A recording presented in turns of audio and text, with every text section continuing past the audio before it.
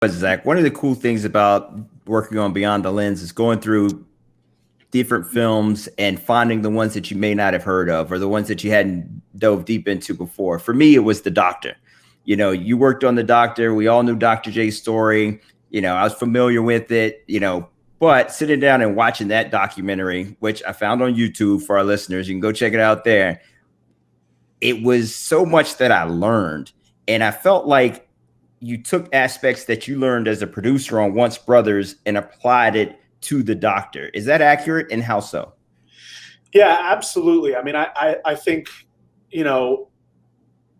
from a more macro standpoint, I think I took things that I learned on everything that I've done and brought it there. It's funny, I look back now at all of these films and I say, man, I can't believe I made that decision. I would have done this, and that's what experience is, right? That's what experience teaches us. At the time, I had the experiences that I had and took that to the film. But I mentioned earlier,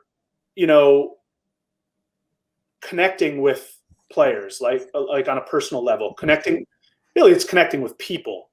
My mother's a psychotherapist, a therapist, right? So I grew up in a house where, we were talking about everything. It was like, Mom, stop. I don't want to talk about emotions anymore. But here I am using that to my advantage with every interview that I do, with every interview, with every, human connection. I'm falling back on that. And so going into The Doctor, initially, if I remember correctly, initially it was going to be a doc on the '83 Sixers, which won the championship. And then it morphed into a film on Dr. J. And I love Dr. J. I was a big fan. And I was thinking, how can I make a story that will, it's not just going to be like, showing a bunch of Dr. J highlights that nobody's ever seen. Like, oh, this guy was the greatest dunker. All the stories that you've heard before about his hair in the '70s and, the afro and being cool and, which some of that did make it into the film. But what more could we bring to that story? And so what emerged was two sort of themes that I think I was able to bring out in the film, which number one was this notion of the best part of his career nobody saw, because he was playing in the ABA. There were no TV deals. If you were lucky, you had to be lucky enough to be in the building to see this guy be a magician on the court. So it was this idea of a legend, right? What is a legend? What does the word legend mean?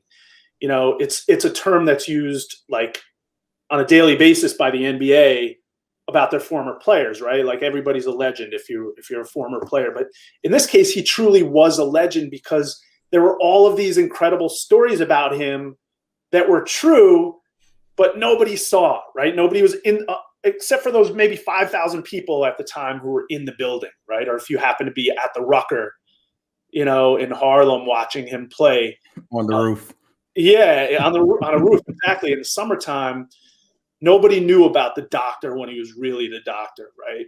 So there was that. And then, as I started talking to Julius and his nephew, Barry, who's a friend of mine, great guy, Barry Bookard, as I started talking to those guys, I realized that Julius had like this insane amount of loss in his life, right? His mom died. His brother died when he was 19. Then his dad died, or his dad died prior. Then his mom died. Then aunts and uncles, and just like, and then of course later on his son died. And so that is just an insane amount of loss for somebody to have gone through. To lose your brother and your mother when you're very young, and then your son when you're an adult, is just it's hard to really even think about, right? And so I thought that diving into that would really humanize him, right? Would build the legend of Dr. J. and his resilience, and he's still here, right? And he was an open book, man. He was like totally with it. And those sort of two narratives emerged in a really unique and special way, I think. And so diving into that human aspect, I'm always trying to dig deeper. What are those pieces that everybody can relate to, right? And so with him, he had all of these things in his life that you and I could relate to. We can't relate to, jumping off the free throw line and dunking a ball, right? We can watch it and marvel at it, but we can all relate to these human elements, loss and that kind of thing. And so that's what emerged. What was the transition like going from doing an 83 Sixers documentary to then just doing the doctor? Was it a conversation you had with Julius saying, hey, I think we want to make this all about you? How did that come about? Yeah, I wish I had a story there. I really don't. I think that it was prior to even being involved in any production. The 83 Sixers might have been kicked around because at the time it was the anniversary. And then I think it was just decided that this was the better route to take. And in telling Julius's story, we could also, dive into that 83 team as well, and Moses Malone and some of the other players. But at the heart of it, Julius was the guy, right? He would have dominated that film anyways. Cool. I'll ask you this then. We know Dr. J is Mr. Cool. What's the coolest story you have with Dr. J? The coolest story I have. Let me think about that for 1 second. I know you guys can edit this, right? So let me give it some thought. Best personal story.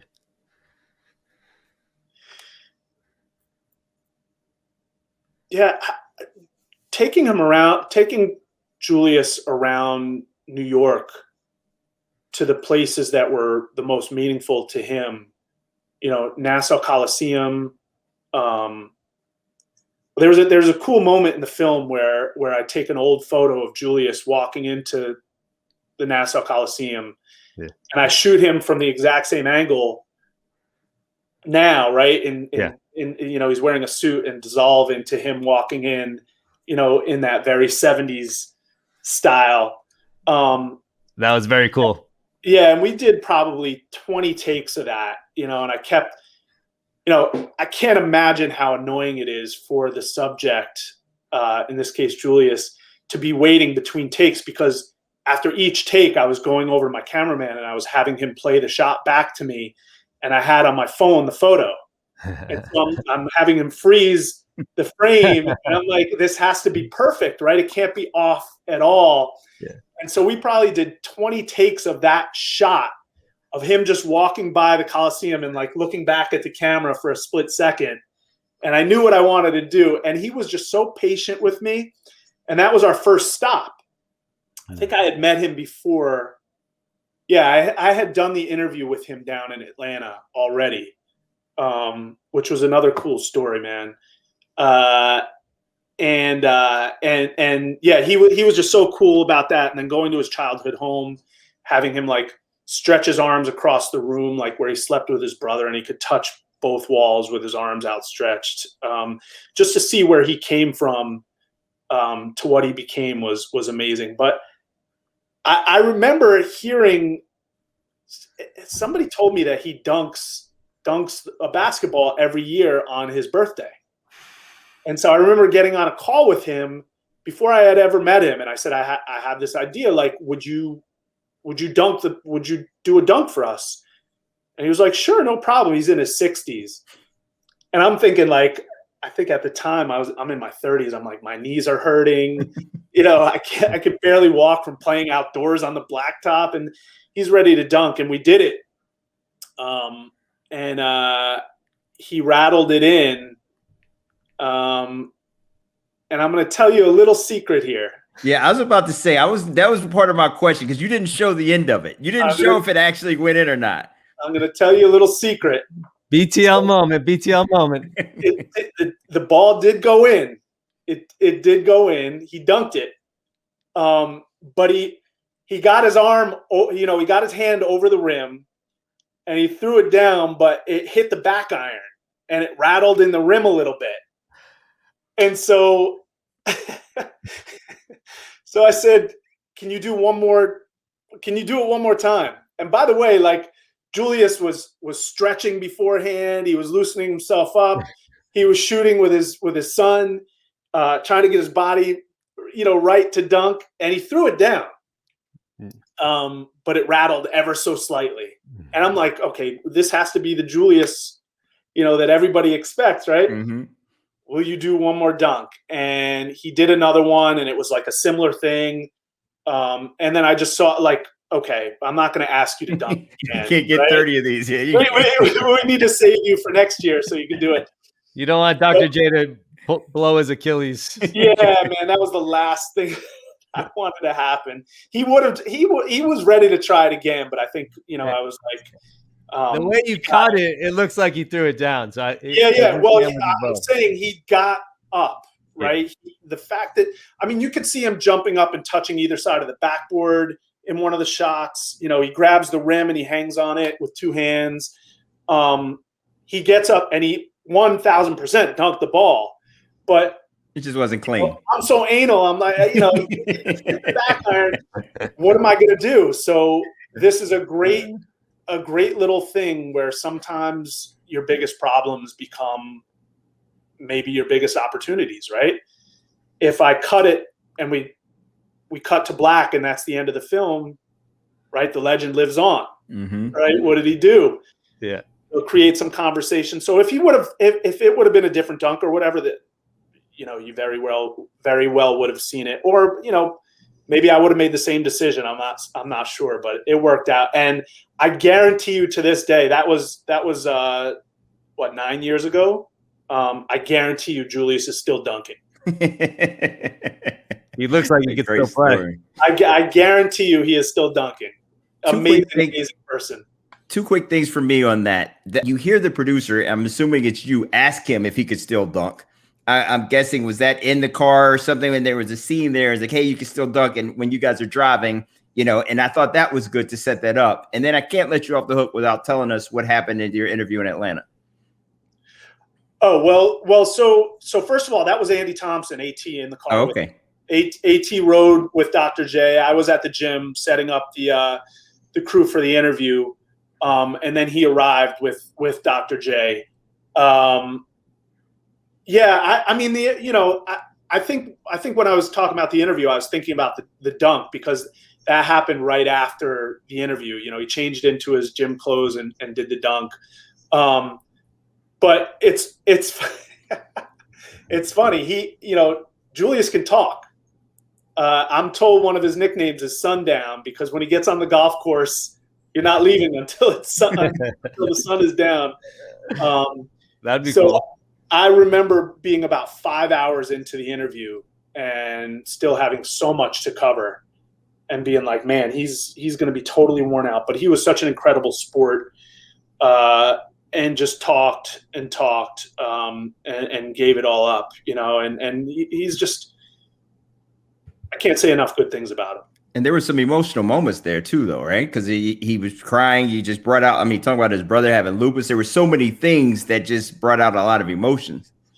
Yeah, knowing how much loss he had been through, I kind of thought, and I used to get teased for this, like making people cry when I interviewed them, right? Like Rick Mahorn and Bad Boys. Who would ever expect Rick Mahorn to cry in an interview? And I thought that, I would really be able to get through with Julius on some of this stuff. And it was his brother that really, where he got emotional. I think he was a freshman in college at the time, freshman or a sophomore, and obviously still a very emotional subject for him. You can imagine losing a sibling at that age has to be devastating in every way. So talking about him definitely brought those feelings right to the surface.